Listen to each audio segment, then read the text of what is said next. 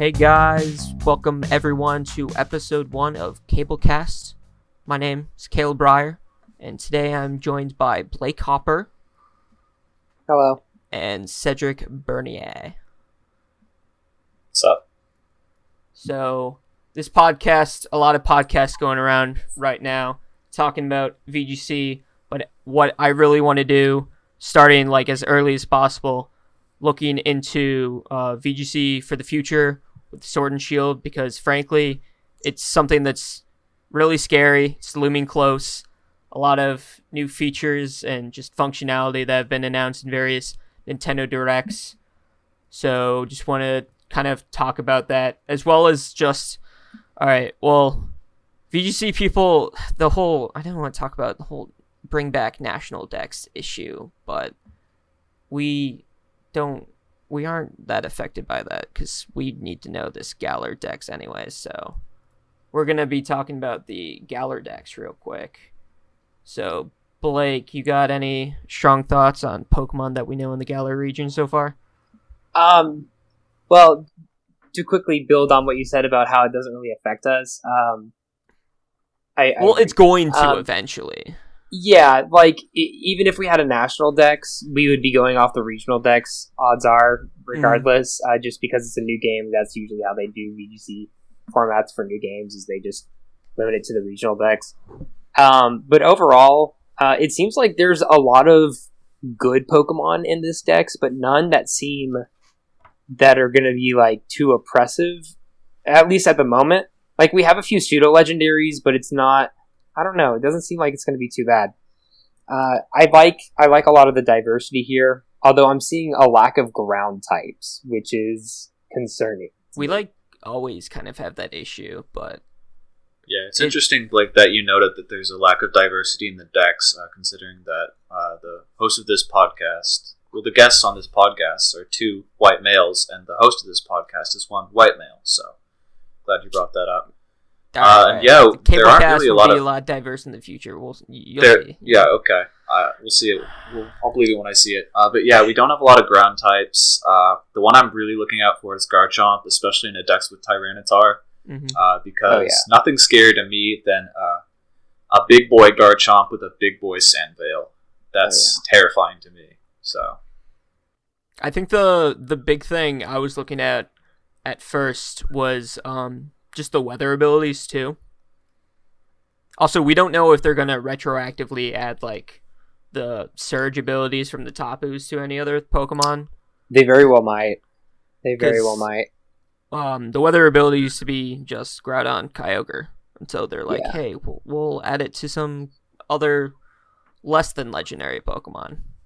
Yeah, I would kind of like to see those terrain entry abilities added to things that are easier to KO than Tapus, because Tapus with the surge abilities were just I think, for lack of better words, a mistake.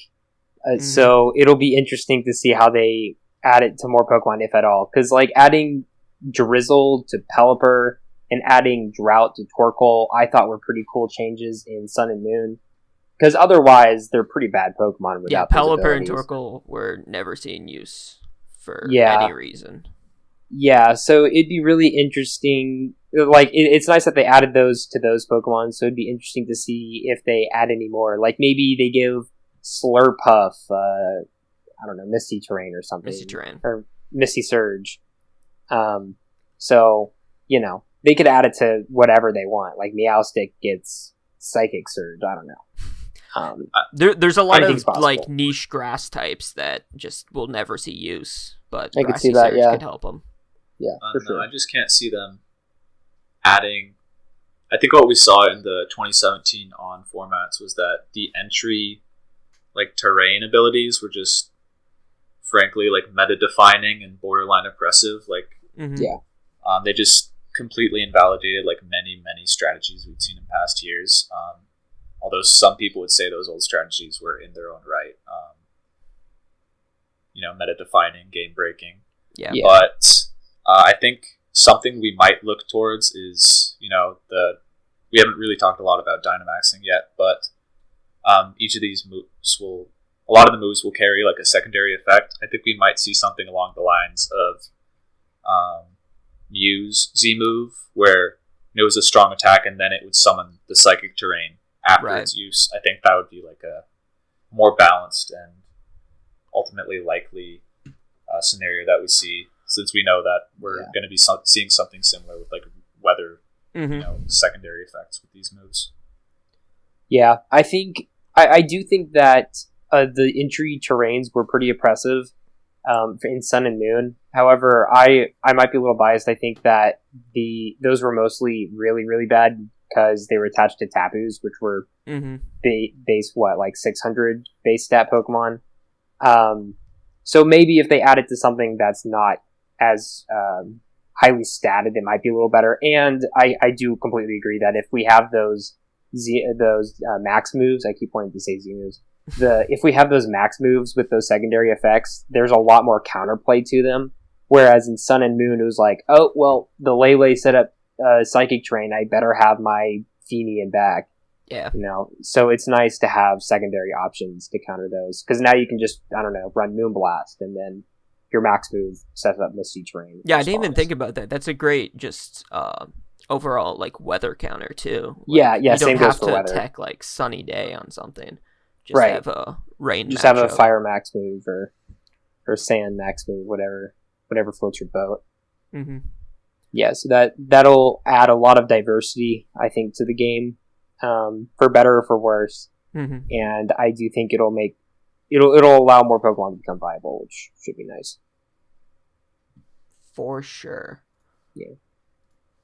All right, and as well, I'm looking at the other Pokemon that are available. I think Jellicent is a big Pokemon. Like, it wasn't really available. I'm trying to think. Even when it was available, it wasn't as good. But I remember trying to think in 2014, it wasn't available then, right? It had its place in 2015. Yeah, right. But in 20, niche, but it had its roles. I don't think it was allowed in 14. Yeah, I think there were comments in 2014 that were saying that, like, if it were in the meta, it would have like a bigger impact. So, like, in the kind of national dex format, these kind of Pokemon aren't, I guess, the best when competing with the others, but just in general scope of things. Like, with less counters, I guess. Or like Arcanine is a perfect example of that. Yep. For sure. Oh, speaking of Arcanine, on the flip side, it's kind of replacement Incineroar. The likelihood of Incineroar coming back. Please no. Very, very low. I doubt we'll get many starter Pokemon from that. I don't know. Smash Ultimate hasn't been selling as well as they want it to. They might try and promote Smash Ultimate with some more Incineroar action and the VGC of Pokemon. No, please no. I would hope not. Yeah, I think Incineroar was like consensus, like at this point, probably the best utility we've ever seen in VGC, and like I doubt we're gonna see it, at least in the Intimidate having form that we saw it,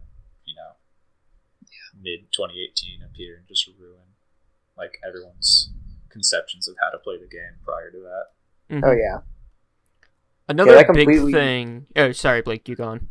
I was just going to add that, like, Incineroar being added to 2018 almost, like, completely flipped that meta on its head. It was just so powerful. So it was used before Intimidate 2 on those, like, Gardevoir teams, but... Oh, yeah. Just having centralizing abilities like that, like, skyrocket a Pokemon's viability. Yeah. Like, we were talking about Torkoal and Pelipper, but Incineroar... Yeah, that's a good example. Good stat Pokemon with great moves. Boom, Intimidate.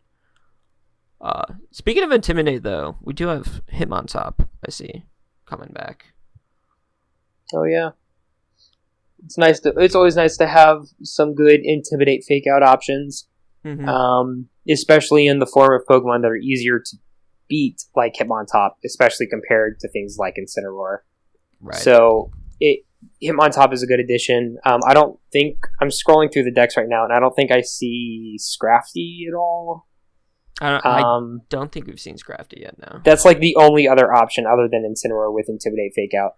But I am seeing a decent amount of other Fake Out mons. dear viewer, if you want to scroll around with us, we will be linking this spreadsheet of which we are talking about Khalid VGC in the bio. Wonderful resource. I'm always thinking about the viewers. Yes, they're very important to me. Thank you for that, Cedric.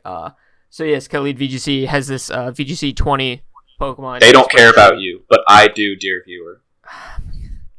With I do all the moves and disruption, like speed control, for all the fully evolved Pokemon. So like, there's other Pokemon in the decks, but I can't imagine many non-fully evolved Pokemon being too viable. No silly exclusive Eevee Z move anymore. I'm very thankful for that. Thank God. Don't want to play another damn Eevee team. See, I say thank God to that, but I'm sure there's going to be some Gigantamax move that we have yet to hear of is going to be somehow even worse. Like, we only know of 3 Gigantamax forms right now. We know Corviknight, we know something Nah. I don't know. That one. It's, what's its and Alcremie. We know those 3. Yep. That's it. I have a question and the only one that seems really that good in VGC is the Alcremie one, which heals your allies. The other 2 seem really good in singles, but for doubles, they just seem like okay. Mm-hmm. So it'll be interesting to see like what else they do. I think there's like some rumors of like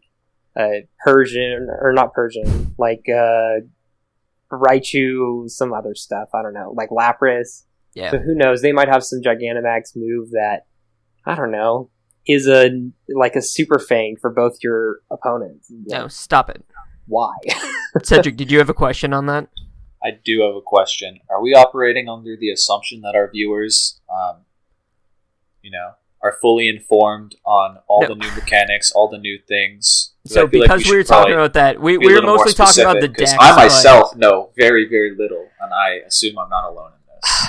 Okay, yes, thank you so much for the reminder. I care about the viewers. I care a lot of about the viewers. Blake admittedly jumped the gun on these like Z I can't help it. I'm excited. All right, we'll officially move on. The decks. We don't know everything that's going to be in the decks yet. Anyways, it was just important to note those really neat. But what we do know will be in the decks, dear viewer, is you. You are a part of the decks. You are a part of these games as much as the Pokemon themselves. Yes, and if you care about a podcast that cares as much about the viewers as about the decks, listen to the Clanging Scales podcast, hosted by myself, Uncle Lou, Pokemon, and Case Victory. Link will be in the description. Link's not going to be in the description, Cedric. You corporate pig. All right, I knew having you on was just this ploy, this plug. Wouldn't be surprised if you walked out on us right now. But you know what? No, next we will go talk about specifically just the Dynamax moves. Gonna link just the Sword and Shield Pokemon website in the description because that's where most of the information is, as well as Cerebi.net. But so max moves with Dynamax. What is it? A 50% HP increase? Like 75%? I don't know. 50%. 50%. Yeah. As well as all moves turning into max moves, with attacking moves turning into like the exclusive attacking move of its type, and all just status moves turning into max guard, which is just protect. And all max moves have secondary effects. Yes. So it's like the best and worst of features of both Z moves and megas just combined into one. In my opinion, it kind of turned into something that's all a new monster of its own, especially with how the transformations work and what we know about its immunity to flinching. Like, I think the best description would be, imagine like Ultra Necrozma didn't have to wait until it transforms to use its Z move. Imagine how scary that would be. Like, a Duskmane is just sitting on the field, being its like, I guess thick is a way to put it. Just bulky Pokemon on the field. All of a sudden, it turns into this form and then just blast you with its Z move. That's what Dynamax is turning out to be, just in my opinion. Especially with you not being able to fake them out. So like if the opposing Pokemon has like fake out pressure, you can just Dynamax and like blow them up. Yeah. I think it's really interesting the way they've sort of staged Dynamax. There seems to be a lot of pros and cons to it. Mm-hmm. I think that it's sort of different from Megas in the sense that Megas had completely different base stats. Well, not completely different, but they had different base stats than their base forms. So you you basically, whenever you Dynamax a Pokemon, you have the exact same Pokemon just with more HP. So you don't have to really play around the fact that you're going to have different stats whenever you actually go big. So you can have this Trick Room Sweeper go Mega, and you don't have to worry about its base speed going up. So you're still going to be able to sweep in Trick Room with your max moves.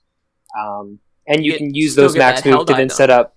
Yeah, you still get a held item. You can use those secondary effects to set up strategies for your other Pokemon that's next to it, just to sort of, let that start dishing damage as well. There's all sorts of possibilities with this, and it's going to be really interesting to see how VGC players, for lack of better words, abuse this mechanic, because that's sort of what VGC players are really good at, is just finding a really good strategy and just making the most out of it, just truly abusing it. And I think there's a lot to make use of with it. It has a lot of utility, just packaged up into 3 turns. So exciting stuff, honestly, on the horizon for VGC. A big reason why I wanted to bring the podcast focus on Sword and Shield so early before it's released. It's coming out, well, we got 2 months and change right now, but I wanted to get your guys' opinion on like just a couple of Pokemon that already exist that we know of that just would be the ones on a team focusing on this Dynamax strategy and potentially setting up with these moves, because we have I don't think we know all the effects of all the types, but the ones we know are pretty ridiculous. Before we go into this, I was wondering, can a Dynamax Pokemon, can any Pokemon on your team do it at any point? Yes. Okay. But only once. But only once. And it lasts 3 turns, and if you switch out and switch back in, it's gone.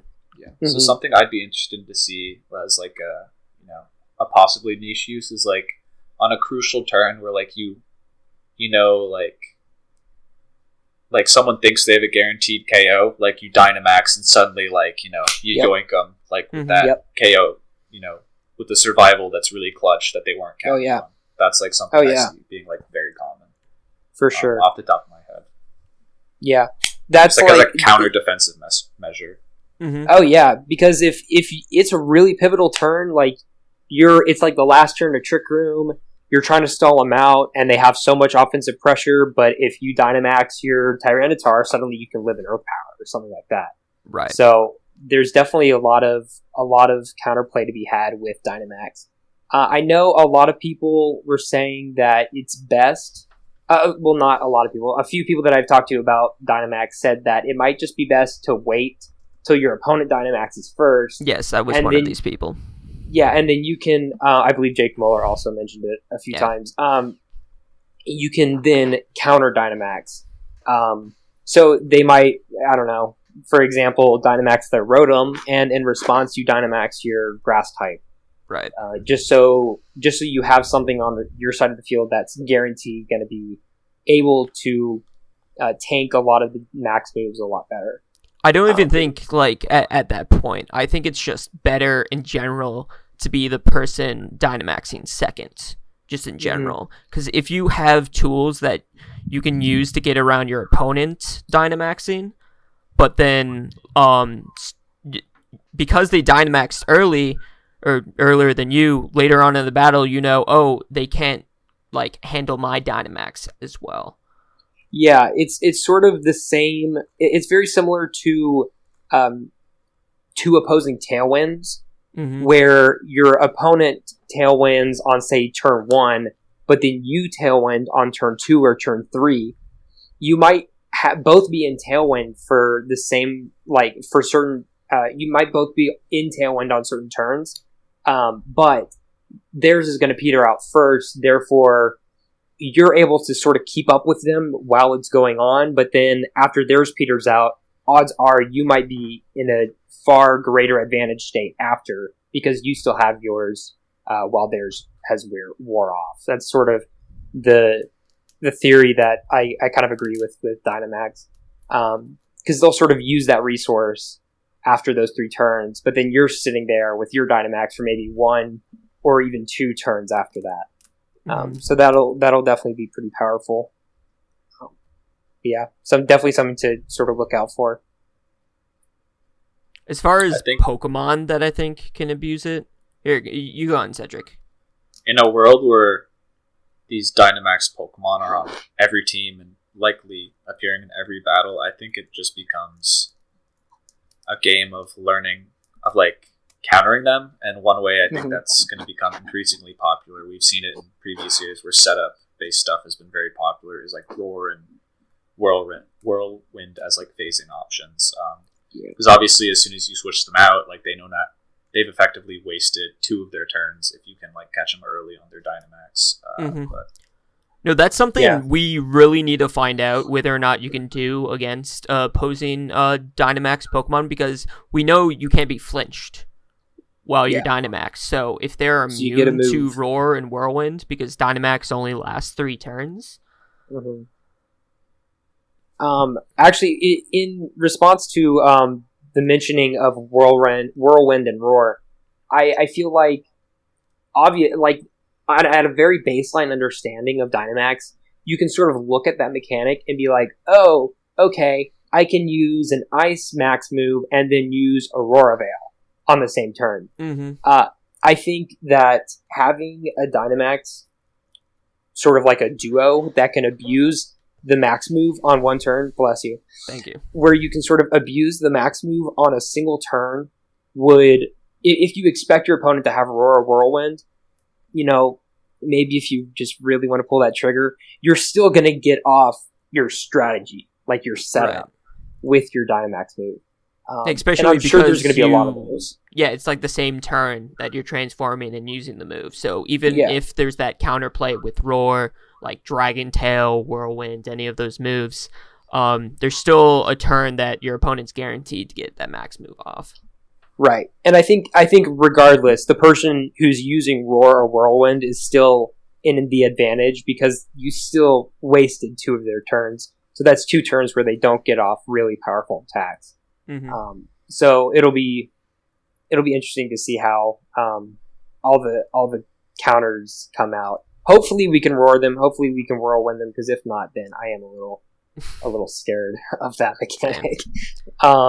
But yeah, I think in terms of, I think Caleb earlier you mentioned which Pokemon that we already know are going to be in the decks would probably, like from our perspective already, like this early before the game releases, what we already think might be good contenders for Dynamax.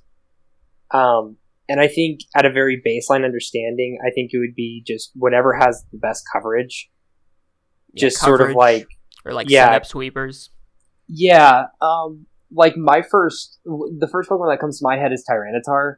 Just because, like, well, I do love Tyranitar. Yeah. But because it has so much coverage. Like, you have Ice Punch, you have Rock Slide, Crunch, Fire Punch. I think it gets all the elemental punches. Yep. It gets fighting moves. It gets Earthquake. It gets, like, I could probably keep going on.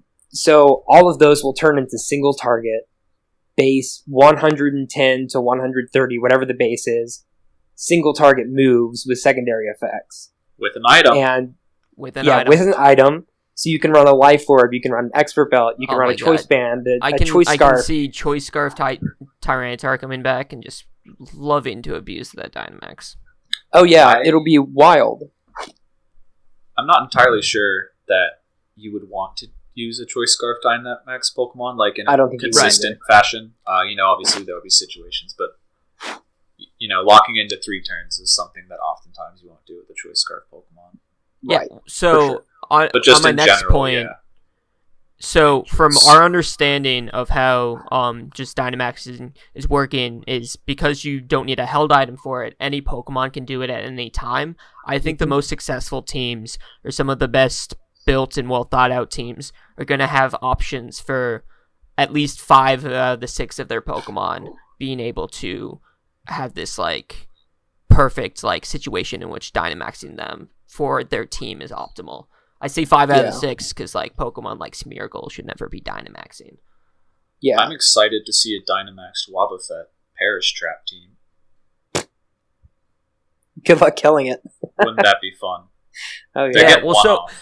They're getting one off. Thankfully, well, it doesn't learn any moves that turn into max move attacks, so it'd all be max guard. That don't matter. That's fine. Okay, yeah. I guess You get 2 protects off. Yeah. That's okay. Well, so You only need 2 thankfully, turns. max guards, I'm pretty sure the chance of failing, well, we can't know this until we find out. I just hope it's just a protect. Because if it's an increased odds of succession, just to kind of, I imagine Dynamaxing just to stall out your opponent's Dynamax, that'd be kind of disgusting. Yeah, it'd be a little silly. I think, correct me if I'm wrong, but I believe in some of the demos, they looked at the description of Max Guard, and it did say that it had a chance to fail if used in succession. It says it's a chance of failing rises if used in succession. Yeah, I think it'll just be like regular Protect, but blocks max moves. But, of course, could be wrong. Maybe the percentage is a little higher. Maybe 50%. Throw it back to Gen 5. But yeah, there's a lot we still have yet to know about this mechanic. For sure. You talked about the Gigantamax moves earlier, just because we only know 3 of them. Like, I'm glad from what we know, again, that other stats of those Pokemon aren't being increased. Mm-hmm. They very well could, because the forms are changing. I hope they don't. Right. But like we have a water one that set up stealth rocks, a flying one that uses defog, and then the fairy one for Alcremie, which heals every Pokemon. A global heal pulse, we can only assume. Mm-hmm. Well, yeah, it's right. It's going to be really interesting to see what else they decide to throw in. Mm-hmm. I believe I'm looking at the Gigantamax page right now, and it's kind of scary, because especially if like the leaks or like the rumors of the other Gigantamax forms are true. Yeah. The CableCast podcast does not permit or support the leaking of any official Nintendo content we would like to add. Yes, agreed. I will not be associated with any of this. It's just out illegal. We're not the ones misuse of data, public information stolen from the Pokemon Company. Please hire me as a commentator. Please, I beg of you. That's all I want from life. Out on my street right now, like leaked more Pokemon Sword and Shield information in chalk, just on the road. I can't read it and like talk about it. Yeah. Okay.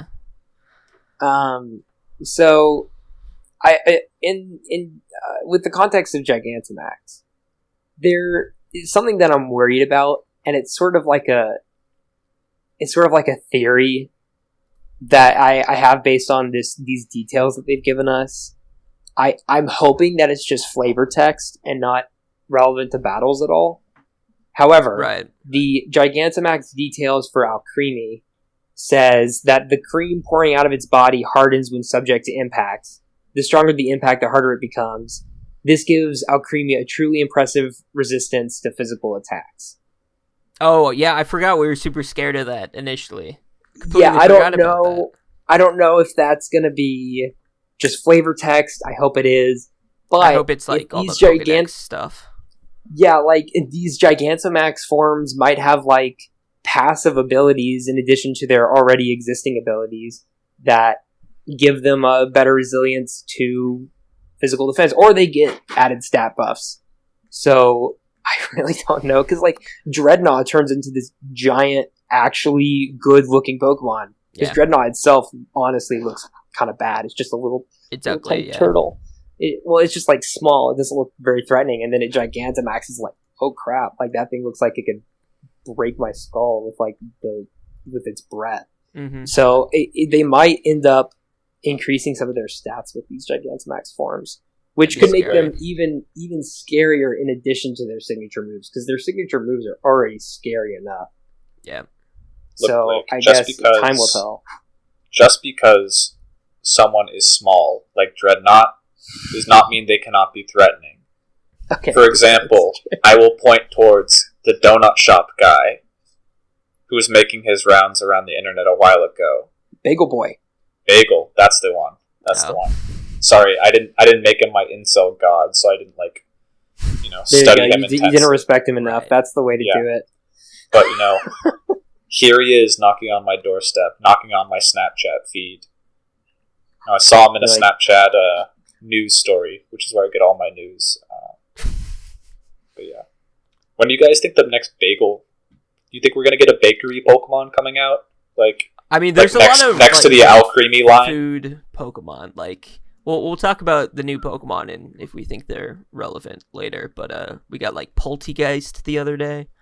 Yeah, there's a lot of just a lot of in general food related Pokemon. So could get that bagel Pokemon.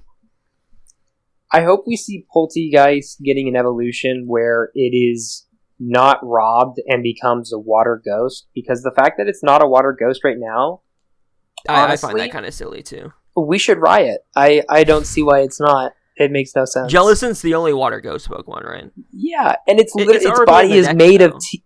Its body is made of tea. Yeah, well, which is inherently two pure water. grass types. Okay. There's probably 2 grass poison types. Yeah, no, you have a good point. I see no issues. I feel very strongly about Poltegeist not being a water type. All right, well, let's talk about these new Pokemon then. So we don't know anything about these starters, but we also know that starters in general tend to be irrelevant to VGC. We have like what 5 or 6 max that have ever been like relevant. It's in the minority. Yeah, definitely.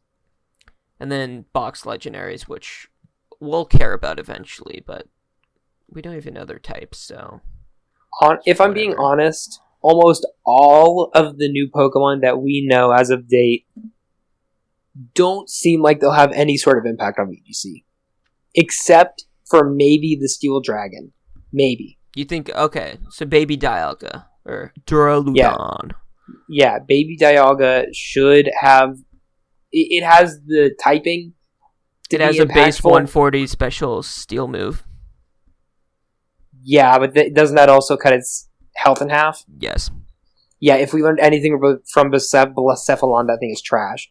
Yeah. The other thing that I'm kind of interested in is Corviknight. Its new ability seems pretty interesting. Yeah, the mirror impact that it reflects the stat. I don't know what Corviknight's base stats are, obviously. Yeah.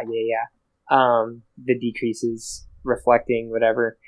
So that could be interesting. If it has enough utility, it could be a pretty good Pokemon. So you're saying you don't think Galarian Weezing's going to be any good?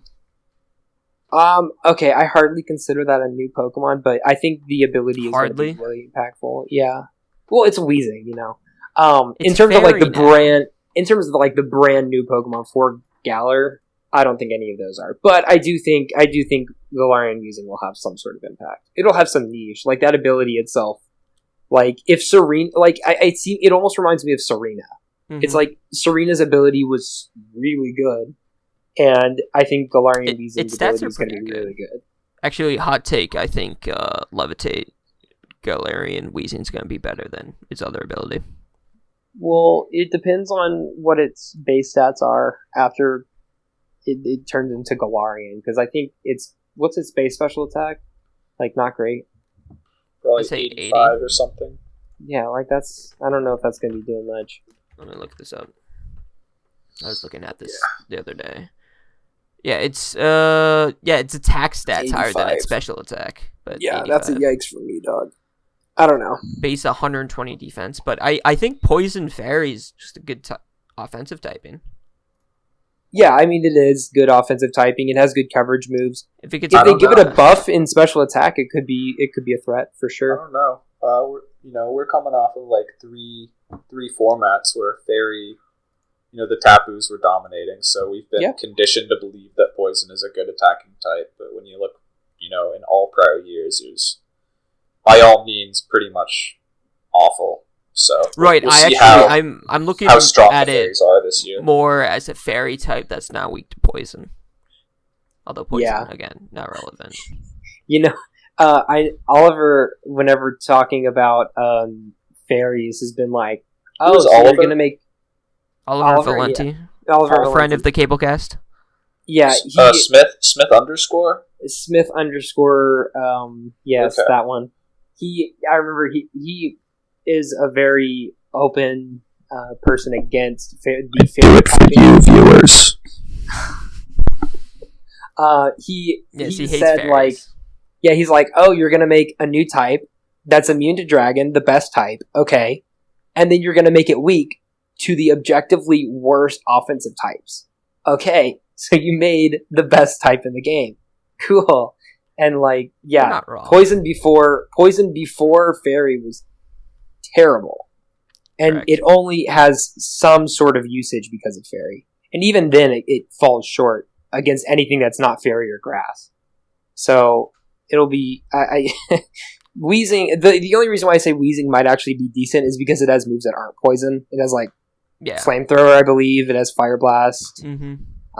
Thunderbolt. I don't think it has. No, I think I've seen it use Thunderbolt. That sounds maybe right. I think it gets Shockwave. Oh yeah, it gets Thunderbolt. Explosion. Yeah. And Shadow Ball. Yeah. No, it has a good, respectable. It's one of those weird Pokemon that has a really good special move pool, but its physical attack stat is better. Kind of remind me of Coco almost. Yeah, it's very, very Coco-esque, but because we've settled for that's not something I thought I would ever hear. Weezing is a very Coco-esque Pokemon. Well, no, I'm thinking what? I'm tweeting that, Caleb. You're not getting any viewers on this podcast. These are the kind of takes y'all are pumping out. Jesus 95 base Dazzling Gleam. Watch the Playing Scales podcast. We're now on Spotify as well as YouTube. Oh my goodness. Jake Muller wouldn't have been like this. Yeah, well, Jake Muller was sick and you're stuck with me. I was going to have both of you guys. That was the worst idea, but whatever, man. It's been a plug competition. Okay, fine. Yeah, I'll have Jake on some other time. I mean, they do call you Cable. Surely you're familiar with, navigating plugs, right? Got him. Yeah, sure. Damn. All right. Well, all right. I love supporting the fam, so yeah, sure. We'll go watch Clanging Scales. Anyways, other new Pokemon. Why aren't we talking about Obstagoon? That's the only other one that might be decent. It depends on it. It depends on its attack stat, which based on the fact that it's an evolution from Linoon, which already otherwise, an otherwise pretty bad decent Pokemon. It could give it some good usage. Also depends on its speed. Because 4 times weakness to fighting while also having a weakness to fairy and bug. Bug doesn't matter that much, but fairy, reckless and that could be rough. Yeah, those abilities are pretty good. If it has extreme speed knockoff, yeah, that could actually be pretty good. I did not know that Linoon had base 100 speed. That's really good. I feel like it's going to be a up and down type of evolution, just because the design varies so strongly, artistically. He looks very bulky. Yeah, they might lower him to tens in a row or something like that. Yeah, it seems like he might go down to base 80 or something, which will give him a lot of attack and bulk. Yeah, based off of Linoon's move pool, if it has guts, we could see a Flame Orb extreme speed knockoff, and most importantly, Linoon gets Stomping Tantrum, right? Yep, that really rounds that out pretty nicely. He also gets Belly Drum, so that'll be interesting. Sure does. Yeah, it's gonna matter if they change much from regular Linoon to the Galarian form. Yeah. But so you think, It'd be Blake, interesting. you're saying all these other Pokemon, just from appearances, we don't have stats, look pretty bad. I mean, to be fair, a lot of these Pokemon are also looking like they're very not evolved. Yeah, like So early it's game Pokemon. from looking at the Pokemon themselves, it's like, yeah, Yamper's not gonna do anything. I'm sorry, Nope. guys. Neither is Impidimp. Neither is Roly-Poly. But if they evolve, like, of course, they'll have some sort of they'll be in contention for being viable. But so far, they just seem, like I don't know, a Caterpie, like a Metapod. It's like it's not gonna do anything. Yeah, Blake, he makes a good point. Like, why should we respect any, like, Cramorant? Why would we respect a Pokemon that can't swallow? Like, honestly, like, none of these Pokemon really distinguish themselves or, like, seem like the cream of the crop in any way. You laughing at something, Blake? You're dirty, dude. What? Jesus. What's the problem, Blake? Oh my gosh. No swallow, no Cramorant respect. itself does also seem pretty rough. Yeah, Like, you can only activate it. I mean, it looks like Pelipper. Like, why does Pelipper gonna get this ability? They're both, like, the same thing, right? I would Basically. hope. Wait, is Cramorant Pelipper looks gonna have, built like, for diving. is Pelipper gonna have 4 abilities now? Keen Eye, Drizzle, and then Fuck. what's the other one? I think they Sorry, got rid Caleb, of I the don't know other if one this for is- Drizzle. Okay. Caleb, I don't know if we're supposed to be keeping this PG-13. I may have just cursed. Forgive I- me for my sin. I have never cursed. Okay. Okay. Say a I lot do about me, think. but I have not cursed. There you go. Thank you, Cedric. Good Christian boy over here. Cramorant, though, on the topic of Cramorant, I don't think it's... I think it'll be a cool in-game Pokemon. I mean, Yeah. its ability is only used whenever you're... its ability is only activated when you're using bad moves. So it'll be really... It'll be fun for Oh yeah, in-game, really but bad VGC. moves for VGC. Like Yeah. surf and dive, like Yeah, trash. But I think, in-game it'll be fun. I'll probably use it. He looks sick. I'm a fan. fair I enough. wonder what- Alright, we stand. I wonder what percent that spitting move is. Like, Gulp Out Yeah. is the ability. It They looked like it didn't did really at tell least... us a lot. It looked like it did at least 15% If I had against to a guess, Machoke. Machoke, yeah. honestly, I don't know. It seemed a little silly if it was percent based to me. So I feel Yeah. like it's just going to be like a base power like counter. Yeah, move. yeah. You can see that. In the same like way that struggle is like, that's that sort of thing. Where it's like a Oh, yeah, base yeah. base X normal type move, Right. or water. Whatever they feel like. Whatever floats their boat. Maybe fighting.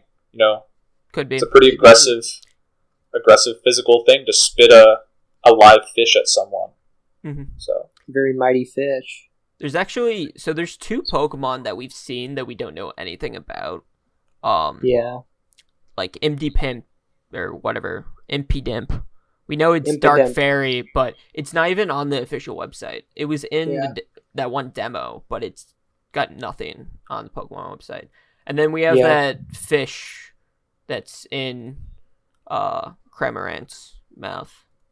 I think that fish is going to be... I will call it right now. I think that fish for Cramorant is only going to be for Cramorant. I think Think they it's an almost actual made... Pokemon? No, I think they made it as sort of an extension of Cramorant. Okay, so It's you sort of think an it's entity only related to it. like a Baby Kangaskhan kind of thing. Yeah, sort of. Like in Okay. that kind of idea. It's like, I don't know why they would use another Pokemon as part of another Pokemon ability. Right. Like, it would be a Pokemon first, of course. I just think it's a little... So I it'd be a saw it little more weird. as like I think Mantine has Remoraid's on it. they came out Right. the Does same it? gen though, right? Yeah. Huh? Did Mantine come out in Gen 2 or Gen 3? Like, did they come out in the same gen? Yeah, they came out in the same gen. Okay, well then they created the Pokemon at the same time. So Yeah, okay, no. I don't know if the, 'Cause like, that's actual... how you evolve in Gen 4. That's how you evolve Mantike. You have to have a Remoraid in your party. Right. I don't know if the official art of Mantine has a Remoraid, but if that... Yeah, they could do it. I mean, it's still possible. I just don't know if it's going to be as. It was like a Basculin-esque Pokemon. It kind of seemed like it's possible, but ultimately, at the end of the day, I myself think that I do not care. So yeah, fair. We have it really won't affect anything. As is. Right, like if they end up making that fish its own thing, odds are it won't be good. Yeah. Trying to think of what we haven't covered so far. I was really hoping. We're all disappointed by this past Nintendo Direct. Just on the Pokemon side, the other stuff was kind of cool. But, on the competitive side, like the actual customization. It's gonna be the customization looks so sick. Much fun. Yeah. Do you guys want to talk about the new items that were introduced at the Pokemon World Championship? Yeah, no, that's exactly what I was gonna mention. All 2 of them. Yeah. One. I think they're both such niche items too. What are those items, Caleb? Refresh the viewer's memory. All right, at the Pokemon World Championships, other than the abilities, the new abilities for Pokemon that got revealed, we got revealed Eject Pack and Room Service as new held items tailored more towards the competitive side. Eject Pack causing the holder to switch out if hit by a status. Although I'm reading if hit by status reducing moves, but also if it will activate if it uses a status reducing move itself. And then Room Service lowers 1 speed when Trick Room is set up. So I'm curious if you switch in the second turn of Trick Room with a Pokemon that has this item, if it'll activate, or if it'll only activate when someone uses Trick Room. Like, I can only imagine it'd be like something like Misty Seed, like Trick Room's like a field effect that activates this item. Yeah, that would make sense to me. And then Eject Pack, it just, there's an item, White Herb, that just negates like stat reductions, and it kind of gives me like the same vibe from it. Both items can just easily be abused by like opposing Intimidate Pokemon. Yeah, but I think that will be like the best use for Eject Pack for positioning. It said that you would be switched out if you were hit by an attack, like a stat lowering move, right? Well, right. So that's the effect. That's what I'm reading on. So that would mean that Intimidate would not affect it, is my interpretation. Okay. That would make the item a lot better if so. Yeah. The first thing that came to my mind when we saw the Eject Pack was, I don't really put a lot of... I don't see it as being an item that's as straightforward as, my Height Dragon. It wants to use Draco Meteor, so I'll put a Eject Pack on it so that I can switch out after my Draco Meteor. I don't really see that being the main use. One of the uses that I thought would be kind of interesting is as a way to more quickly intimidate cycle with Arcanine, like with Overheat. You switch in, you throw out your Overheat, you get your damage, and then you're back out, and then instead of having to waste a turn switching, you got an attack off. Just one thing that I thought could be a cute little application, but I don't really see it. I agree with that. It's like... I don't see it being like a big item. Incineroar gets U-turn, but Arcanine's a Pokemon that doesn't get something like that, so all of a sudden that's a tool that this Pokemon has that it didn't before. Yeah, so it's sort of in respect to the Overheat Arcanine argument. The same goes for something like Hitmontop, where you can fake out, get off your BS, and then you can close combat, get off a strong attack, and then peace out, come back in with your stats refreshed. Yeah, it's almost a better eject button. Well, eject button for some Pokemon, yes. Yeah. For some Pokemon, yes. For sure. Because, the eject button was super inconsistent. You just get hit, and you're like, oh no, I have to switch out now. But now it's like you can control it if it doesn't get procced by opposing intimidates and things like that. Yeah. So that'd be nice. Good thing there's not, a common special attack lowering move with a 30% chance to do that, to really just ruin your Eject Pack shenanigans, cough, Moonblast on every Pokemon. There's from actually 2017 to 2019. So, In like, that, before you say that, I was just looking at the video. In the Yeah, video that yep, we got at Worlds, yep. it says the Pokemon switches out if its stats are lowered. Oh, okay. So, Intimidate, even. I will not be would using be- this item. Yeah, Well, that's kind of like, rough. imagine you lead something with Eject Pack, and your opponent leads Intimidate. So, even You're- before turn 1 starts, you get to switch out. You're just piecing out. Yeah. And, like, you could, like, change, like, the board positioning No. there to be more advantageous for yourself. I suppose. I But mean, that's a I think one-off you'd- item for that. yeah. I mean, depending. I don't know. I think that's just too variable. You want these items to be consistent for you. I think Mhm. if you're going to be using eject button in that regard, you'd rather just use White Herb, because like that's sort of what White Herb's for, is Yeah. sort of negating your opponent's intimidate, or in like Rayquaza or like Hitmontop standards or Terrakion, you don't have to lower all your stats. But I don't know. I don't know about all that. I think my If call if it gets lowered by others, it's kind of bad. Yeah. My call would be, if it's not lowered by abilities like Intimidate, niche but viable. If it's Mhm. lowered by Intimidate, you better have a really good, handle on your leads and like your Mhm. Pokemon in the back to really take the game by its hands. Otherwise, it's just Definitely. not something that's consistently going to do it for you. Yeah, I don't even know if the risk would be worth the reward if it's lowered by Intimidate. Because like you're not even getting that much out of it, other than like on something like Hitmontop or Arcanine. Right. Um, It's like, well, again, it's the positioning thing. If you value that so Yeah, much, like that's true. a lot, I guess more so in the kind of like restricted, or not restricted decks, but the GS Cup, as it's called, formats, where so much of a match is just momentum is dictated by turn 1. And just Yeah. what's on the field immediately. Right. Alright, hear this. We have a Pokemon with Perish Song, alright? Mhm. And Baby Doll Eyes, next to Wobbuffet with Eject Pack. And then you get your Perish Song off, you double protect, you Baby Doll Eyes, which is priority 1, by the way, Mm-hmm.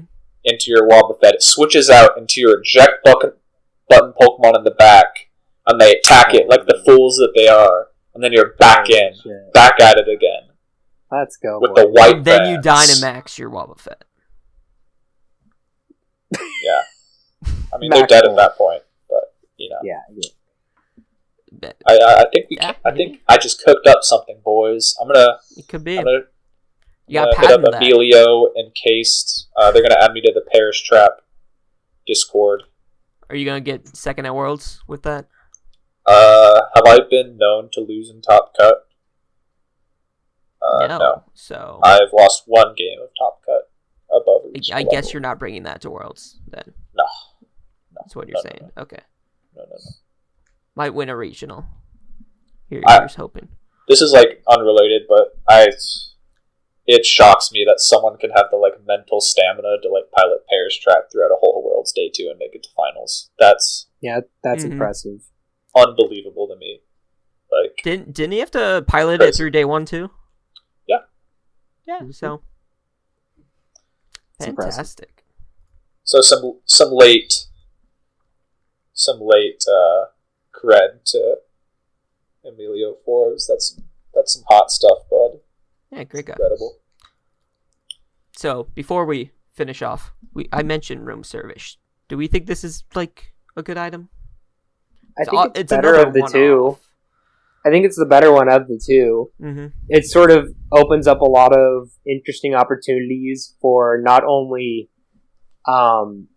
proactive strategies from a Trick Room team's perspective, and a lot of interesting options for countering Trick Room Right. for teams that need it. So, like usually, whenever you think of Trick Room sweepers, you sort of think of like base 60 speed, which is being generous, and Yeah. below. Now with this new item, you can sort of bump that up a little bit and still be very effective in Trick Room, while you are sacrificing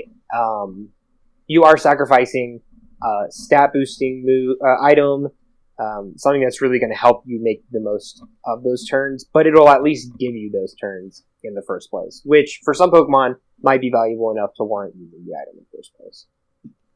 So I think it'll be wild. Really good with like top bottom kind of teams, like tail room teams too. Oh, yeah. Clear your mind, Blake, you I'm got sorry. Okay. Ceiling You have a- 4, is that better? Ceiling 4. That's Blake, the word I'm hold on. I'm I'm gonna go get my grinder, my pepper grinder. Oh, I'm Do sorry, man. that, Like, dude. sorry. I thought I scared you there. Okay, sorry, dude. Sorry, I Blake. can't. I do think you might be right on that one, Caleb. It does. Yeah. It opens the door for a lot of potential counters as well as potential sweepers. Because if you put it on something that can really make the most of those turns and doesn't even necessarily need another item to be effective, such as something like a Moongus, where all it really needs to do is put something to sleep to counter Trick Room, then that's a very valid argument for having that item in the first place. I was also thinking of Pokemon like how Tapu Fini is used, I guess mostly on the Lunadon kind of teams in VGC right now, where I guess not the one that won Worlds, but I was more thinking like the Heal Pulse, like kind of like gravity Finis that liked being faster than Groudon, but then if Trick Room's up, like it'd be slower than Groudon and be able to get off of those support moves for it in Trick Room. Now that's not the best example, but I'm thinking like if a support Pokemon duo sweeper situation kind of exists like that, maybe we could see it on something like that, especially if it's the Trick Room user itself. Right. Like there's a lot of like weird mid-speed Pokemon that learn Trick Room. Yeah, I think in the most case you're just gonna want to run a berry or a boosting item. Like, it just doesn't seem consistent enough to like take up a whole item space outside of like some very niche situations, which I don't think we'll really see until we like have the entire decks in front of us and like we can start making those like team building choices. I agree. Right. Do you guys think there will be an item Dexit? What? Yeah, there very well could be. Oh, right. What if they kill Choice Band and like boosting items of that sort? To like, no, that'd be interesting. Well, like, That would be... so the last time this happened, they like retroactively changed gems, and that threw everything for a loop. Honestly, with new gens, if there's anything that we learned from previous ones, it's that almost they could do just about anything. Yeah. They could change anything. They can opt to not bring in any item. They can opt to nerf abilities. They can opt to buff abilities. Like, there's a lot that could end up happening. So honestly, I may see a change to the berries, a removal, please. No, or I a want change that. to some of them. Yeah, I think if there's anything that I want the most from this new generation, it's that they just completely obliterate those berries. Those things are ridiculous. to say I the just least. wanted it to be a one-off, like at the very most. I think the best thing I would do to that is make it to where it just heals you for 33% instead of 50. If they want to keep it to where you can have multiple, just because 50 is like, what are they smoking? Like, it's just ridiculous. I think 33 would invalidate them. Like 8.3% instead of citrus berry. Yeah, I mean, I still think it would be worth it in some situations, depending on the Pokemon. But yeah, it would get Citrus Berry back on the map, which is nice.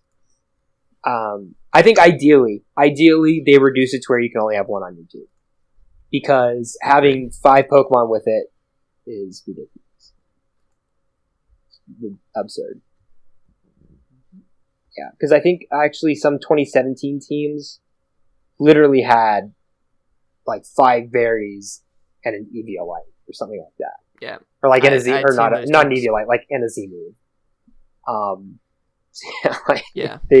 And every single year they just prove how strong they are. These Ever kids since they these were- days, all their fruit, We used to just I don't crunch on understand those them. gems. I don't understand the kids. Having the EV everything to live Latios Draco Gem. Back in my day, when we EV trained, it was to evolve them into a Vaporeon, a Jolteon, or a Flareon. Gosh darn it. Let's go.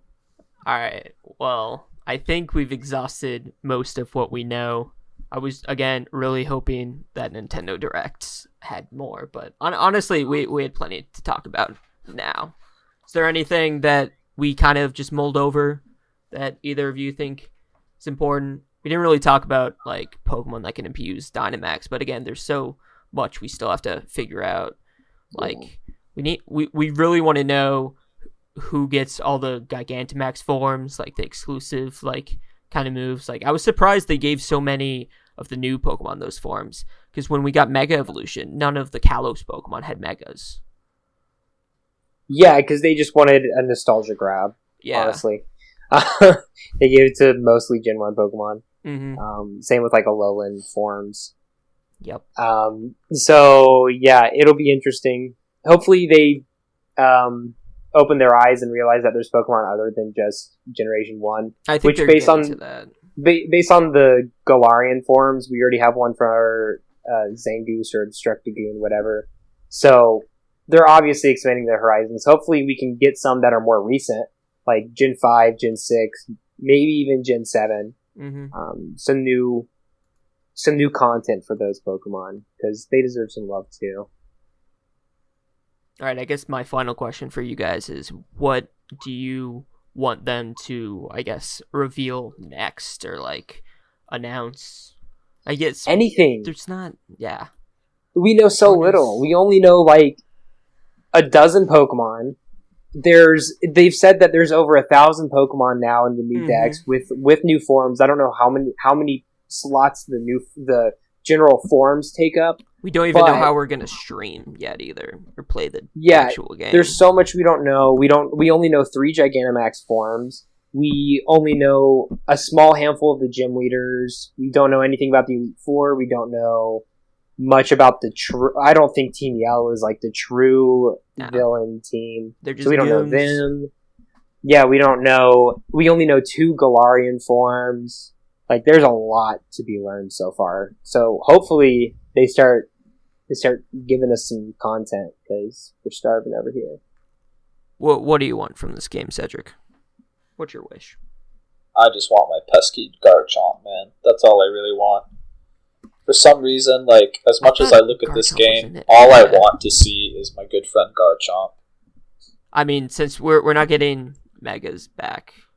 Formats in which Garchomp are good are some of the best formats historically. So you don't want to be forced to use Diggersby or Mudsdale or... No, I'd be okay with the Mudsdale format. I like Mudsdale. It's the Garchomp formats that people love, and it's the Garchomp formats that I love as a man of the people. So my choice is Garchomp. I agree with that, frankly. Alright, on that note, I think we've expelled as much resources as we can on this topic. Again, thanks to Blake and Cedric.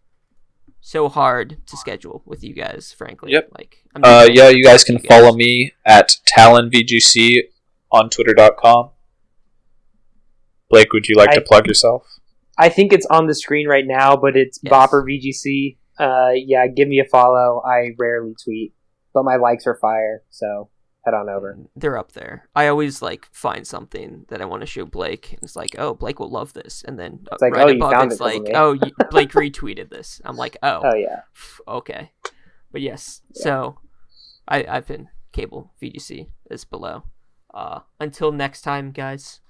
Well, next time will be whenever I get more news. I'll find more hoodlums off the street to talk about it with you guys. Till then, see you guys. Adios.